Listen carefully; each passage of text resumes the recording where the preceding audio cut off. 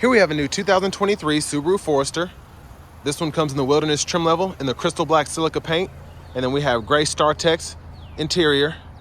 The powertrain consists of a 2.5 liter naturally aspirated 4-cylinder boxer engine, mated to a lineartronic continuously variable transmission. And as we come around the front end here, this beautiful styling, LED headlamps along with LED daytime running lights and LED fog lights. And a great look for the new Forester. Love how you have, I don't even know what to call this, but it just looks so fantastic while also looking rugged. It's like a wrapped bumper there. That looks really, really neat. And then coming around to these wheels here, these are gonna be 17s.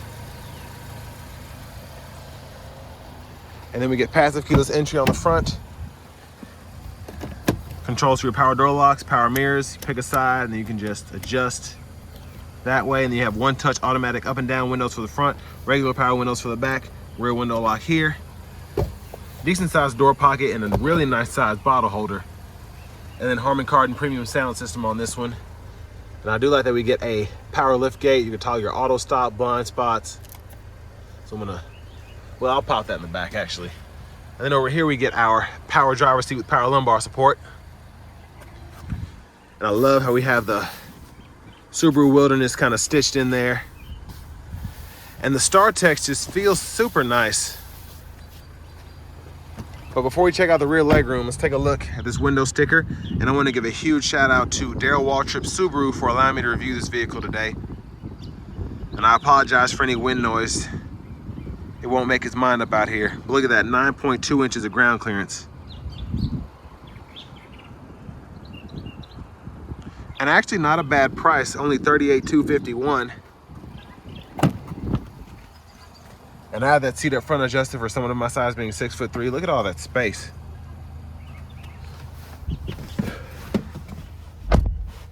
So quite impressed by the legroom here. And we kind of have dual pockets here. So a bigger one, and then we have a small one on the outside. And that's for both sides. So I like that. Rear AC vents. And then we do have 2 USB-A inputs down there. It's a view of the front from back here. And the middle seat folds down. And pretty spacious in here. I have about 2-3 inches of headroom, and what's cool is this is an extended sunroof, but it doesn't go to the back, so it's not limiting the headroom from back here. And then we have the premium dome lights throughout.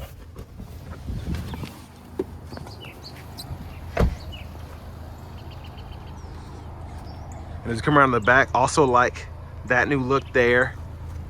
It's the exhaust tip. View underneath. And now let's open this up. So still plenty of space behind that second row. And then we can also fold from back here, and you'll see it folds flat, and I'll show you the space there in a minute. So that's pretty neat. And then underneath here, we have the spare tire, and that comes up. It's just hard to hold this and do that with one hand, but it's under there.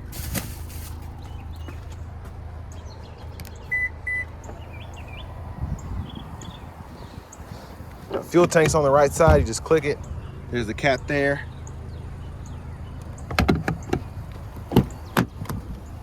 And then to fold this seat up, pretty easy to just snap back into place. You can also open it from right here, which is nice.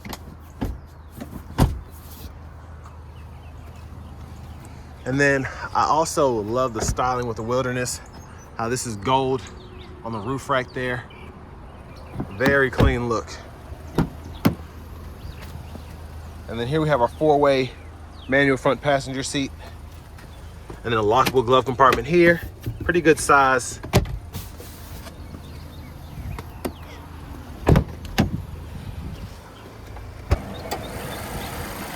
So for future reference, you have to pull that there. It's right underneath the emblem there. It's kind of weird, but it's easy to find when you look for it. And then it doesn't have hydraulics, but you just put that pole up there. But anyways, there's that 2.5 liter naturally aspirated boxer engine.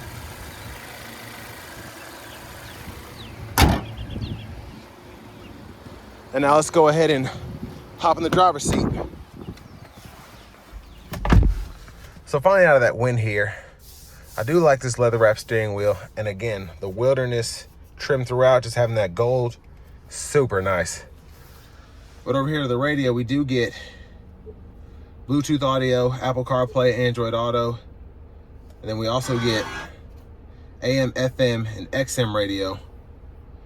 I like how that stays on the side, and then of course you can hold and then put a favorite there.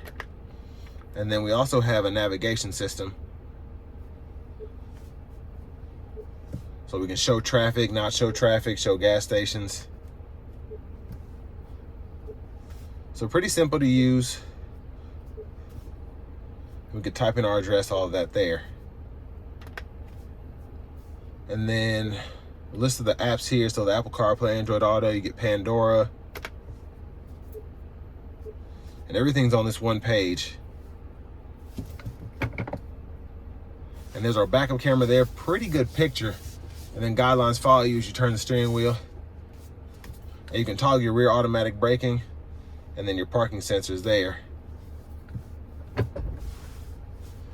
And then up here, I like that you can see your AC controls, what all is on. And then you actually control that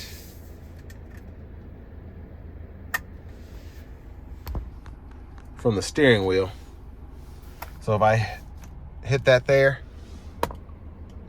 it'll give me more info, so on and so forth. But hazards are here. We get dual zone automatic climate controls. You can adjust temperature here, then unsync, then you can sync there. And I like that we can click the sync off as well. And then for the auto, you do have to adjust the fan speed to turn that off. And then here you can toggle the direction. Now it is weird having it up here, but it's actually pretty safe to have all your AC controls heads up instead of having to look down. So that was pretty neat of them to do. And you can turn the whole system off there. And the defrosters are push button, which is nice. But down here you have two USB-A inputs, an aux input, 12 volt. And then for the shifter, pull the lever behind, reverse, neutral, drive. And then you can slap over here to manual mode, and then you can use these paddle shifters behind the steering wheel if you ever want to. And then camera mode there, and then that gives you a backup camera right there. And that's actually a forward camera, excuse me. So that's pretty cool. Not used to that in here. And then we have 2-stage heated seats for the front, electronic parking brake, pull up to engage, hit the brake, press down to disengage. Then we have automatic vehicle hold here, and that'll be a brake hold while you're at a red light or something. You let your foot off the brake. And then we have our X mode here, so you can turn to the left for snow and dirt, turn to the right for deep snow and mud, and then just push it to go into the normal mode. And then you have the SI drive there, so you can toggle your sport mode. And then you have that iDrive there. And then center console cubby space, another 12 volt down in there, decent size, especially for this kind of vehicle, which is always in its own segment, the Subarus are, because they're like a crossover and an SUV, but they have the kind of utilitarianism of a station wagon, which is why people love them so much. So we can one touch slide that there, open and shut. And I like that it goes all the way back. So that is awesome. Then we can shut that there. And then lane departure, and then forward collision alarm, you can turn that off from the front there. Sunglasses holder here. Then back to the steering wheel. You can use this to go through your radio station presets or trackless controls. This is for volume. This is for your source, whatever you have. So if you want to go between AM, FM, XM, and then if you have your Bluetooth or whatever hooked up, you can do that. And then info, like I showed you earlier, if you actually click that, you have several menus to go through. And then of course you can press and hold for other things, like I showed you earlier. And then voice recognition, Bluetooth controls are here. And then this is for the middle part of the gauge cluster in the middle, or in the actual gauge here. So you can go through all of that. Tire pressure sensors. And then that is for the bottom there. And then we have all of our Subaru safety here. So adaptive cruise, lane centering, and then you can use these to adjust the gap for the adaptive cruise or radar cruise control, and then you can set and resume. And here are your drive modes while in normal there. And blinkers, this button back here is to toggle your trips. And then windshield wiper controls are here. You can adjust your intermittent here, and then you can adjust your rear wiper there, and then you could pull one way or the other for the rear wiper fluid, and then pull up here for the front wiper fluid. Trying to think if I missed anything. High beams are there. Push button start. And finally, here's our key fob. But now we're gonna go ahead and take a quick test drive in this new 2023 Subaru Forester Wilderness. So behind the wheel of the Forester, I'm in stop and go traffic now, but it's pretty easy to maneuver and to see out of this, but also the blind spot monitors are right in here and they turn yellow, and that's a super nice touch to have as I'm in this bumper to bumper traffic in 3 lanes. But I might have misspoken, I can't remember. This button right here, I was clicking it wondering what was happening, but you actually hold it and then it allows you to toggle what's on there when you're stopped, of course. And then you can actually set up your gauge cluster or whatever in there. But per usual, Subaru makes things a little complicated, but once you get used to it, it's pretty easy. Now, the Forester is not overly quick, but it's capable.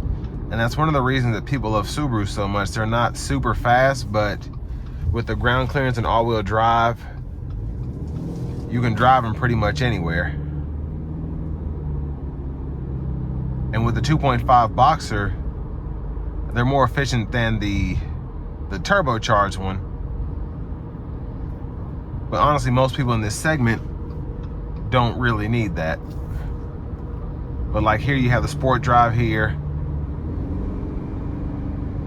And I wouldn't call it slow, but it's a naturally aspirated 4-cylinder like you get in a Camry, or like you'd get in, I'm trying to think who else, Hyundai has some like that, and then the Nissan Altima as well. But this is just a much heftier vehicle. But with that said, it's still fun to drive. And a lot of that comes from the all-wheel drive system, specifically if you like taking vehicles off-road into quote-unquote wilderness, then you'd rather have this than an Altima, definitely.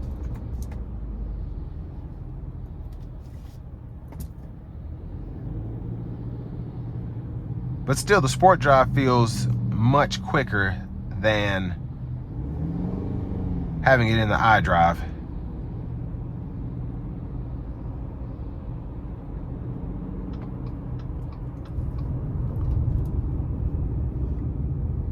And we do get auto stop. We'll see if it comes on. There it is there. And then I have the automatic brake hold as well, so I'm just gonna let my foot off.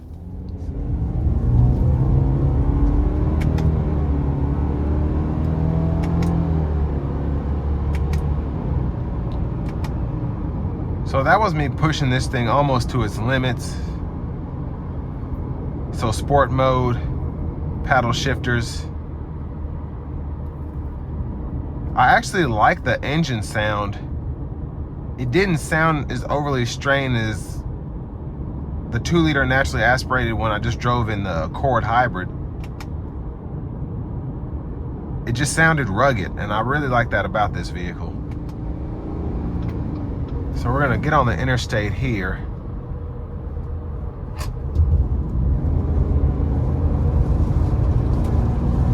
And the all-wheel drive is so sticky, it really makes going around corners that much more fun.